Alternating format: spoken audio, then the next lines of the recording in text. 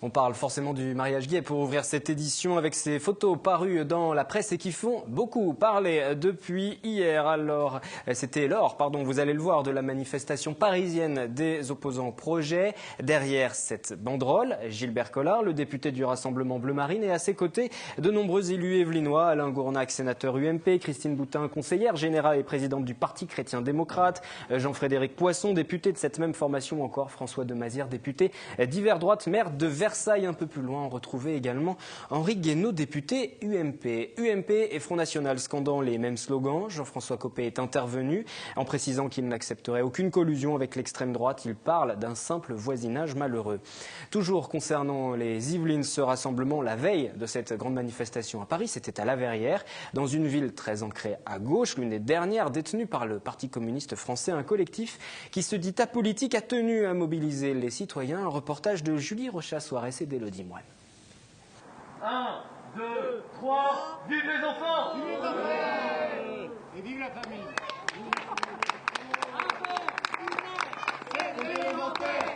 Opération Un manifestant, un ballon à La Verrière ce samedi. Une vingtaine d'anti-mariage pour tous réunis à l'appel du collectif La Verrière pour la famille. Alors c'est pas un mouvement politique, on est non partisan, c'est un mouvement qui regroupe des Verriérois de tous âges pour sensibiliser les Verriérois sur les conséquences de la loi, les conséquences qui sont dramatiques pour les enfants, pour les familles, avec le risque de la PMA, procréation médicalement assistée, et de la GPA, les mères porteuses. On n'est pas vraiment contre le mariage homosexuel, mais ce qui accompagne tout simplement cette loi, la PMA, tout ça. Aujourd'hui en France, par exemple, des lois sur les OGM, on les a recalées en disant on n'a pas assez le recul dessus, et là pour la PMA, on nous l'a fait passer de force. Nous sommes mobilisés pour défendre effectivement la famille et les droits de l'enfant, d'avoir un père et une mère reconnus, qu'ils aient effectivement leurs racines connues, reconnues, et non pas effectivement une constitution d'une famille qui n'en serait plus une. Voulez-vous du changement de civilisation qu'on cherche à nous imposer? Non!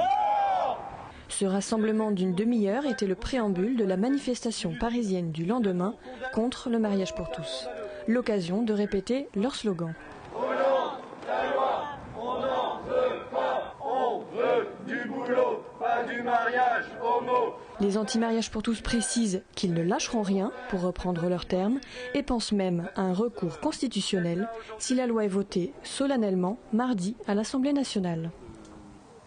Le lendemain, ces opposants se sont donc retrouvés à Paris. Si le nombre total de manifestants fait toujours débat, de 45 000 à 270 000 personnes, selon les sources, bien sûr, Henri Guénaud a été clair. Le député de la 3e circonscription des Yvelines juge que le préfet de police doit changer de métier. Sur BFM TV, il a estimé que les chiffres des officiels étaient totalement mensongers et ridicules. Une nouvelle fois, il l'a rappelé, si on continue à mépriser ainsi les manifestants, ça va très mal se terminer. Enfin, cette dernière information, le mouvement de la Manif pour tous franchit également un pas de plus et se projette vers les municipales de 2014. Il y aura des candidats portant cette étiquette. C'est une déclaration de Christine Boutin, la conseillère générale des Yvelines, ce lundi.